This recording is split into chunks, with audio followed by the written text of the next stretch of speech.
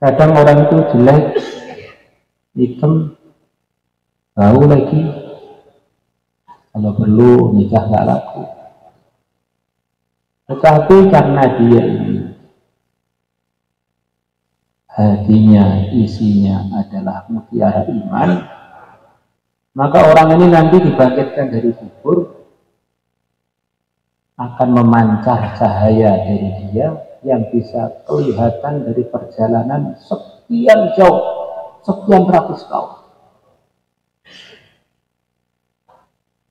Sebaliknya ada orang ganteng, putih, hidungnya mancung, menarik matanya biru atau hijau. Orang-orang lihat dia pada pengen menjadikan dia mantu. Para wanita melihat dia miler. Tetapi kalau hatinya tidak ada iman, maka sepenuh bumi seperti dia tidak ada harganya di sisi Allah. Sepenuh mahsyar seperti dia tidak ada harganya di sisi Allah. Semuanya akan jadi bahan bakarnya neraka. Maka itulah yang disampaikan oleh utusan-utusan Allah yang suci, bahwa harganya orang itu adalah dengan keyakinannya, dengan imannya. Bahkan harganya dunia ini masih diizinkan untuk ditinggali, masih diizinkan untuk dipakai, karena berkahnya hati-hati yang membawa. Di dunia ini andaikan yang membawa iman tinggal satu orang, maka seluruh dunia dengan sebab dia mendapatkan penundaan terjadinya hari kiamat. Kalau dua orang tentu lebih banyak lagi fasilitas yang akan didapatkan di dunia ini. Kalau ribuan orang beriman, maka tentu saja akan lebih banyak lagi karunia-karunia yang akan terkucurkan di dunia. Maka telah datang tamu beberapa bulan yang lalu dari Malaysia. Dia cerita bahwa dia ini kesibukannya adalah keliling dunia untuk cari tambang. Tambang emas, tambang perak, tambang uranium, tambang nikel, dan berbagai macam jenis tambang yang berharga di dunia ini. Maka dia kolaborasi, kerjasama, buat satu tim, isinya macam-macam orang dari berbagai macam agama, mempunyai alat-alat yang canggih. Yang dia terkejut ketika dalam musyawarah tim itu bilang, timnya itu memutuskan bahwa menggunakan alat-alat canggih ini biayanya mahal. Ini sudah jadi pengalaman kita yang tidak pernah keliru, bahwa untuk mencari tambang-tambang yang berharga tadi, pertama kali sebelum menggunakan alat, pergilah ke negeri-negerinya orang Islam, karena tambang-tambang itu tempatnya adalah di negeri-negerinya orang Islam. Tidak mau tinggal di negeri-negerinya orang kafir. Ini sampai dunia ini para hadirin ditinggali orang yang belum beriman itu kepanasan, nggak sudi. Aslinya begitu, ya terpaksa aja gimana. Sampai di negeri-negeri yang non Muslim, kok di sana ada tambang-tambang. Nanti ternyata di bagian yang di daerah situ banyak Muslim, atau dulu pernah ditinggali orang-orang Islam.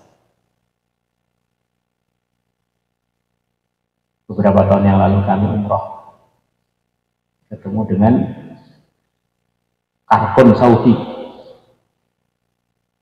bagian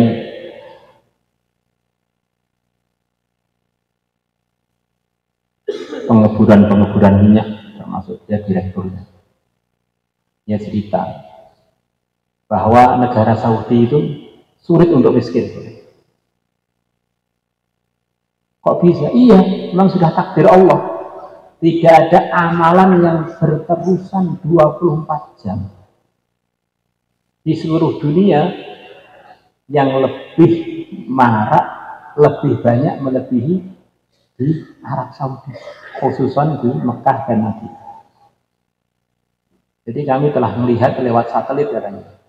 Semua pengeboran minyak seluruh dunia di negeri mana saja, begitu dibor, nanti pengeboran itu akan bocor sebagian dan akan ketarik menuju Saudi.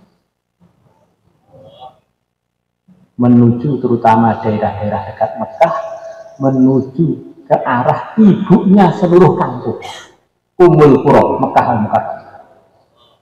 Di sana orang-orang pada ibadah, pada tawaf, nyeri Ka'bah, ternyata sak dunia ikut berputar seperti gasingan, ngirim rezeki ke sana. Maka orang beriman kok ragu dengan amalan-amalan yang dibawa oleh pimpinannya orang beriman yang mulia Nabi besar Muhammad sallallahu alaihi wasallam. Ini memang perlu banyak istighfar. Aku urip ngamalin agama tok mangan apa? Sangka balik tenan iki. Masya Allah. Seluruh dunia ini disamakan gara-gara orang beriman. Orang beriman loh baru mau keluar rumah. Bismillah, tawakkaltu ala Allah, la quwata illa billah. Sudah dapat jaminan sekian banyak jaminan. Dibimbing oleh Allah, dicukupi oleh Allah, dijaga oleh Allah. Pengantin baru, Bismillah, Allahumma jannibna jannib syaitan fi marzaqtana. Ini salah satu dari sekelumit amalan yang dibawa oleh Nabi. Yang bunyi mulutnya, meresep di jasadnya, masuk di sarungnya, kemudian kok keluar anak-anaknya nggak bisa digoda setan selama. Masya Allah. Di amalan-amalan agama itu luar biasa. Maka sekarang ini para hadirin yang kami muliakan, orang-orang beriman sedang wukuf di Arafah. Arafah itu sudah berkali-kali sebelum zaman kita digunakan untuk wukuf juga. Tapi agamanya campur-campur, dirubah-rubah. Akhirnya wukuf mereka pun kebanyakan atau hampir semuanya tidak diterima oleh Allah, atau bahkan semuanya karena tidak ikut ajaran tauhid yang benar. Arafah jadi mulia, Arafah jadi istimewa karena digunakan sesuai arahan yang diridhoi Allah yang telah dibawa oleh yang mulia Nabi besar Muhammad sallallahu alaihi wasallam. Di tempat itu semulia apapun kalau nggak digunakan sesuai dengan aturan, ya nggak akan mulia. Masjid itu mulia, tempatnya itikaf, tempatnya malaikat rahmat. Jadi kalau di masjid itu tidak buat kebaikan, justru bisa dosanya lipat-lipat. Nabi bersabda kurang lebihnya sebaik-baiknya doa adalah doa Arafah. Hari yang tidak ada hari sepanjang tahun, bahkan melebihi Lailatul Qadar, bahkan melebihi Ramadan semuanya dalam urusan. Tidak ada hari sepanjang tahun yang lebih banyak Allah mengampuni hambanya melebihi hari Arafah. Semoga termasuk.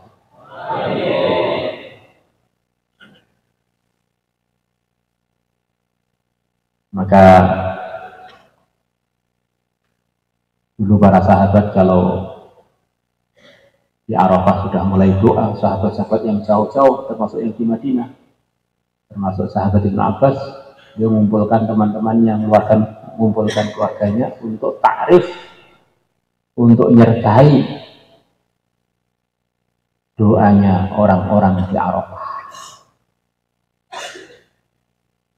Mereka wukuf mulai zuhur, pas zuhur sampai maghrib, sampai malam lagi. Mungkin kalau di tempat kita mulai jam 4-an tadi sampai nanti kurang lebih jam 12 malam. Orang-orang pada wukuf di sana. Bahkan lebih dari itu. Maka kita malam istimewa dengan doa untuk diri, untuk keluarga, untuk anak cucu, calon mantu, untuk tempat-tempat pertemuan kita, untuk Indonesia, untuk umat Islam seluruh alam, dan yang belum muslim biar Allah berikan hidayah kepada mereka. Karena hadirin, orang itu berdakwah pada umat Islam itu memang suatu keharusan. Menyemangati orang Islam itu adalah suatu kewajiban, karena ini adalah warisan Nabi termahal, adalah warisan Islam, warisan iman yang kita rawat. Kita bergerak supaya teman-teman kita merawat, menyempurnakan imannya, menyempurnakan Islamnya. Tapi para hadirin, sebetulnya ada yang lebih berjasa, melebihi merawat iman, merawat Islam. Adalah orang-orang yang jadi asbab kita dulu kenal Islam. Akhirnya ada yang dirawat, akhirnya ada yang disemangati, akhirnya ada yang disempurnakan.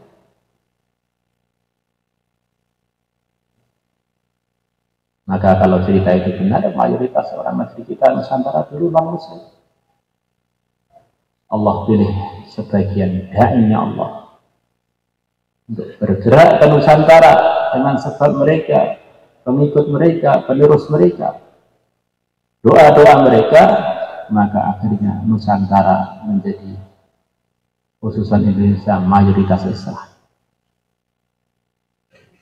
Ini satu pahala yang luar biasa yang Nabi bersabda, al-Islamu yajibu ma qablah. Islam itu akan menghapus seluruh dosa sebelumnya. Orang itu kalau masuk Islam nol, seperti bayi waktu dilahirkan. Dan orang yang jadi asbab hidayah orang masuk Islam, janji Nabi wajabat lahul jannah, pasti masuk surga.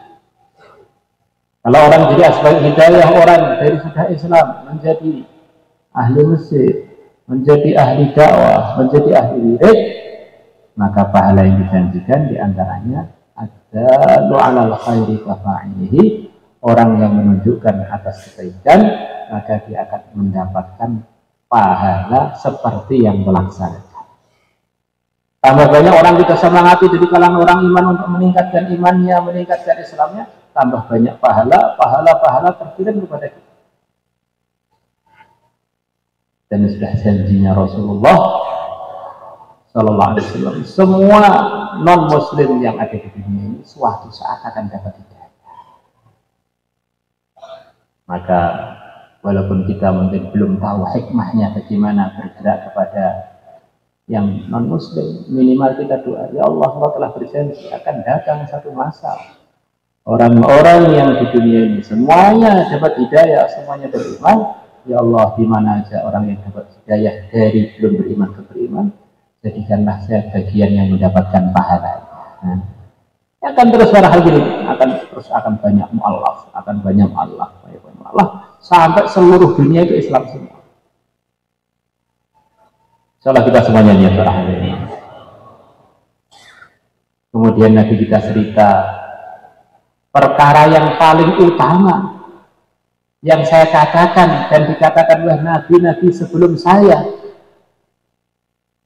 ketika mereka sampai Arafah adalah mengatakan kalimat-kalimat. Sebagian riwayat kalimatnya adalah La ilaha illallah wahdahu la syarika lah, lahul mulku wa lahul hamdu yuhyi wa yumitu wa huwa ala kulli syai'in.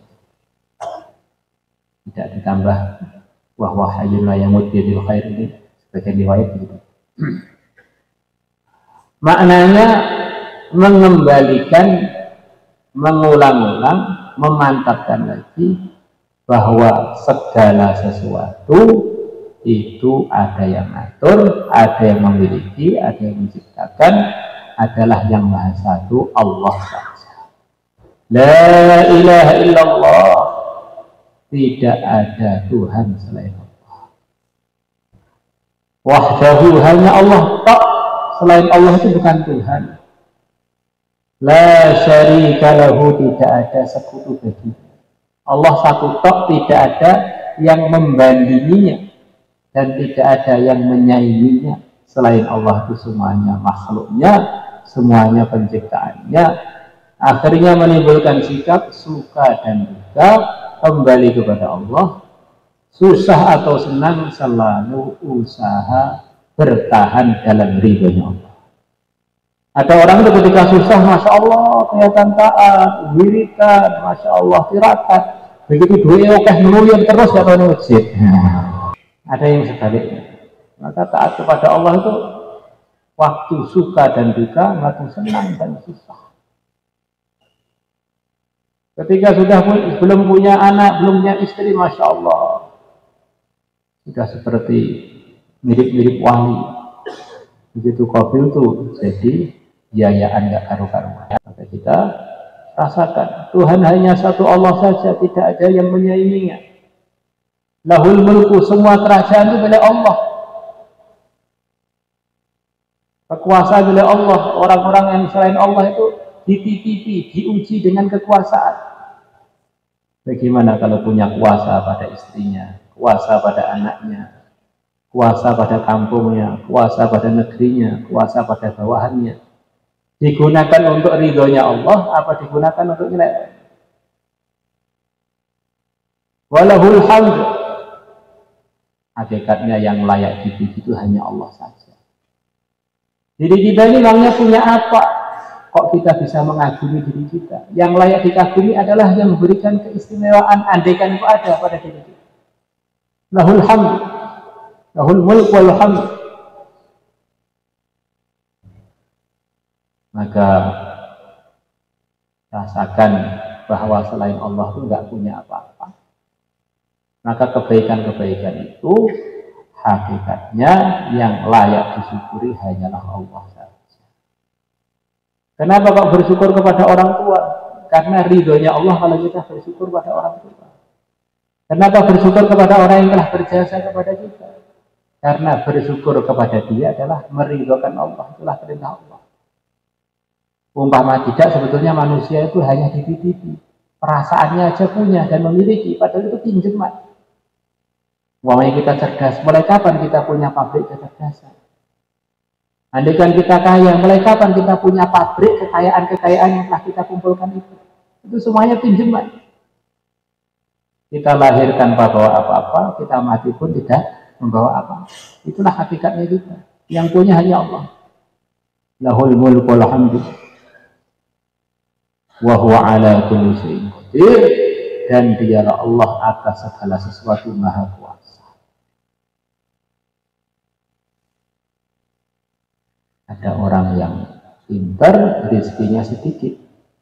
Allah ingin tunjukkan bahwa rezeki itu dari Allah, bukan dari kepintaran. Ada orang yang alim, pintar, lurus, yang ikuti dikit. Ada orang yang bodoh, pekok, cengok, pekok. Tetapi pengikutnya banyak. Masya Allah. Itulah ujian bahwa orang itu kadang-kadang diikuti bukan karena menarik, ya karena begitu itu diberi oleh Allah pengikut-pengikut. Acaranya sama sekali tidak menarik, itu banyak pengikut. Ya Allah. Ada orang biasa saja, istrinya cantik. Ada orang ganteng, istrinya jelek. Wa huwa ala kulli syai'in qadir. Apa yang terjadi di sekeliling kita itu sebetulnya kalau kita mau merenung, bukti Allah tampakkan kuasanya pada hambanya. Pengen nikah dengan si dia, ternyata dapatnya malah dengan si itu. Pengen mobilnya Avanza, ternyata dapatnya dapat kepingin saja. Pengennya buka toko itu laga, ternyata malah mau disita tokonya. Masya Allah. Wa ala kulli syai'in qadir. Dan termasuk kuasa Allah, Allah telah putuskan untuk mendapatkan ridhonya Allah jalannya saja satu, mengamalkan Islam yang telah dibawa oleh yang mulia Nabi besar Muhammad sallallahu alaihi wasallam. Kalau ikut Nabi kita, ini berarti sudah ikut jalan yang pasti dalam ridhonya Allah. dalam ridhonya Allah, keberuntungan yang tidak ada ruginya. Nabi menjamin man ata'ani dakhalal jannah. Siapa yang taat kepada aku pasti masuk surga. Wa man 'asani faqad aba. Siapa yang enggak mau taat. Maka inilah yang mau kita perjuangkan para hadirin.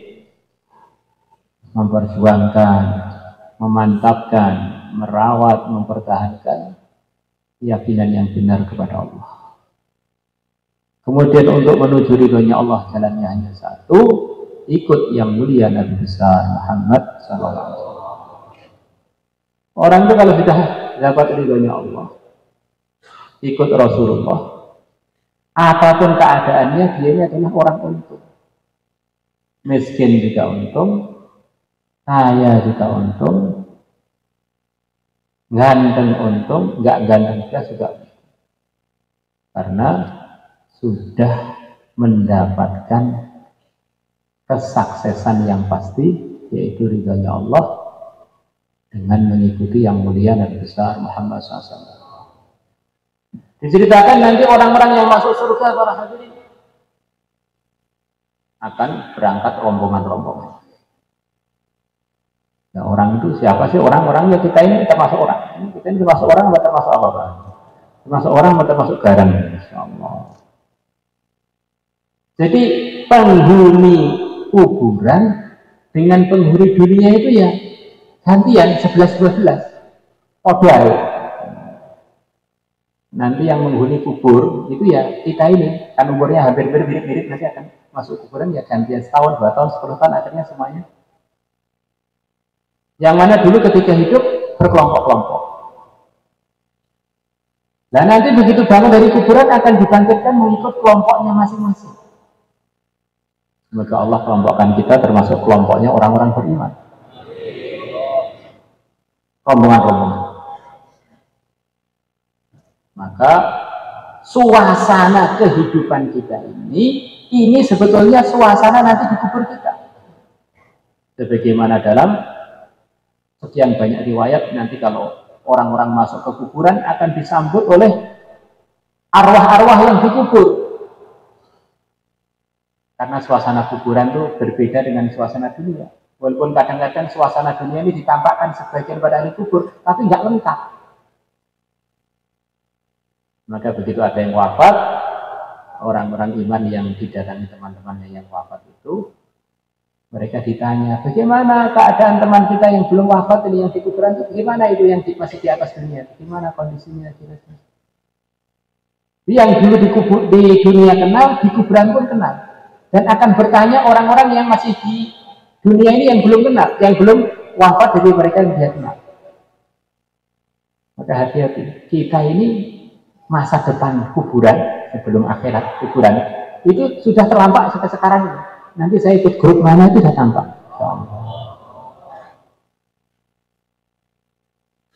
Maka nanti bangkit dari kuburan ngikut kenalannya masing-masing. Masya Allah. Terus nanti di mahsyar selepas ada keputusan terakhir, selepas di masyaratan amal, selepas ditimbang, akan ada keputusan fariqun fil jannah wa fariqun fis sa'ir. Sebagian dikirim ke surga, sebagian jatah neraka. Maka orang-orang yang telah diputus di surga, begitu dia sampai surga, diberitahu oleh malaikat, jangan masuk surga dulu, kamu cari kenalan-kenalan kamu yang belum kelihatan di surga, kamu cari di mana dia, kamu ajak ke surga dari kalangan orang beriman. Syaratnya harus ada link, namanya link beriman. Maka pentingnya kita ini memperbanyak teman orang beriman. Karena dari sekian banyak orang beriman itu belum tentu semuanya wafat dalam keadaan iman. Tapi orang-orang yang wafat dalam keadaan iman, sebagaimana dalam sebuah hadis, likulli mu'minin syafa'ah, setiap orang beriman itu akan diberi hak untuk nolong temannya yang beriman.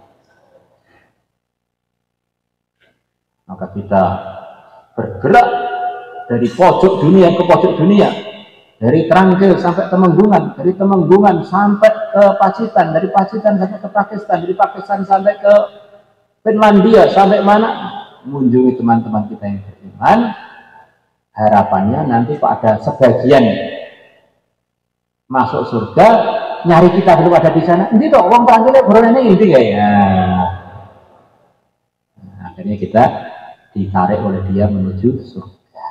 Nah, di antara maksudnya kita bergerak-gerak di samping kita narbibi orang untuk buat iman dan amal, bergerak berjuang. Sebetulnya kita untuk ambil berkah berkenalan dengan orang-orang itu. Coba kita baca dalam kitab Hadis Al-Rahim, ada orang sama-sama berimannya, ketemu sekali tok di pasar ngomong agama. Selepas itu ketemunya yang kedua ketemu di surga dan masih kenal. Ketemu sekali ngomong agama, kemudian ketemu kedua di surga masih kenal. Sebab pertemuan kita di pasar itu akhirnya kita ngobrol-ngobrol agama, akhirnya saya semangat untuk amal, kamu semangat untuk amal, akhirnya kita berdua wafat husnul khotimah, ketemu lagi di surga gara-gara pertemuan karena agama di pasar. Maka kita kalau jauh lah di rumah-rumah orang, satu orang, dua orang, walaupun omong ini, kita ini saudara, satu kalimat, la ilaha illallah, ini jangan diremehkan. Ini nanti bisa jadi kunci-kunci kesuksesan di akhirat sana. Silaturahmi dengan orang beriman, dengan tetangga yang beriman, walaupun gak digubris gak masalah. Yang penting kita sudah kenalan dengan orang beriman. Bagaimana keyakinan kita, orang beriman itu walaupun gak kenal dengan kita, bahkan walaupun tidak cocok dengan kita, asalkan dia wafat dalam keadaan beriman, itu adalah walinya Allah. Dan di dunia ini dia telah mendatangkan berkah kepada seluruh dunia, termasuk kepada kita. Itu pemandangan umum para hadirin. Jadi ada pemandangan khusus. Ada orang itu yang memang punya karakter khusus, nggak bisa kumpul orang. Maka kalau ada orang beriman nggak suka kumpul orang, jangan kita bilang nanti kamu masuk surga bareng siapa? Masuk surga bareng dengan teman, alhamdulillah itu harapan kita. Sendirian asalkan masuk surga juga nggak apa-apa sih. Masya Allah. Maka ada sahabat-sahabat yang wali-wali besar. Nabi bersabda, Abu Dzar, kamu masuk Islam sendirian, nanti wafat pun nggak ada yang ya sedikit orang yang menghadiri. Nanti kamu bangkit dari kuburan sendirian, kamu dihisab sendirian, masuk surga sendirian. Nggak masalah. Kadang-kadang keterangan itu kalau nggak lengkap saya khawatir ada sebagian teman yang bersuudzon kepada orang yang memang kuper, nggak bisa bergaul. Dia sendiri terus ini kita melebur rokok dewi. Tidak selalu begitu para anbiya alaihi wassalam. Sekian banyak yang berdakwah, mulai berdakwah sampai wafat tidak ada satupun yang menggubris. Berangkat sendirian tetapi jadi pimpinan di surga. Namanya presiden ya kadang-kadang ada pengawalnya, kadang-kadang ada satu kondisi presiden juga sendirian. Maka ada pimpinan-pimpinan tertinggi di surga yaitu para anbiya, bangkit dari kubur sendiri, berangkat ke mahsyar sendiri, masuk surga sendiri, tapi derajatnya tinggi. Siapapun dari kalangan umat tidak akan bisa mencapai derajatnya seorang nabi yang paling rendah derajat. Maka kita sudah pernah dengar cerita kalau iman dan amal ini disempurnakan, maka gambarannya adalah seperti perjuangan.